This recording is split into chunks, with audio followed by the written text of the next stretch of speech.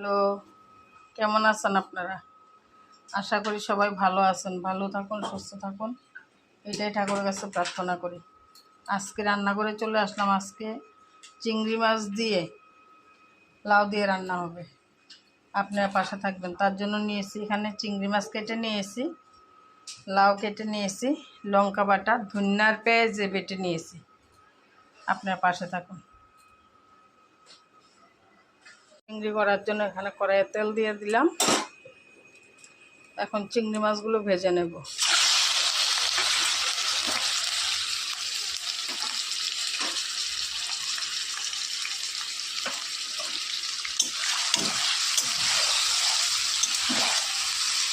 চিংড়ি মাছগুলো ভেজে নিয়েছি, এখন এগুলো তুলে নেব।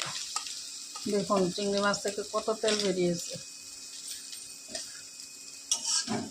কড়াইতে তেল দিয়ে দিচ্ছি, এখন ফোড়নে দেবো মেথি।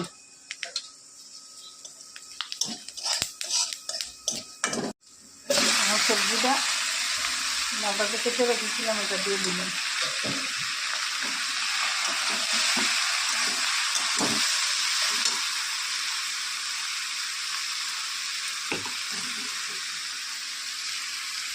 স্বাদ মতো নুন দিয়েছিলাম।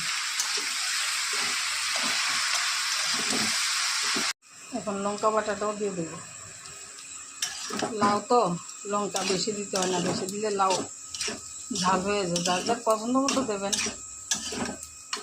এখন দেখে দেব। এখন চিংড়ি মাছগুলো দিয়ে দেবো এর মধ্যে।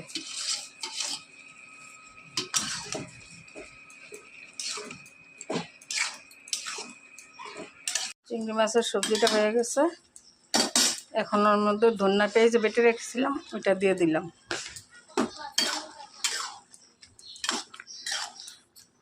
এখন ওর মধ্যে ধনিয়া পাতা কুচি দিয়ে দিলাম।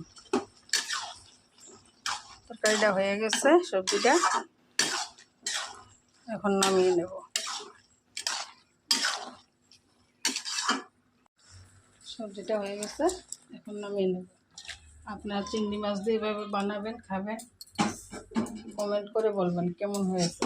দেখুন কত সুন্দর হয়েছে সবজিটা, খেতেও খুব ভালো লাগে, টেস্টি হয়। ধন্যবাদ সবাইকে।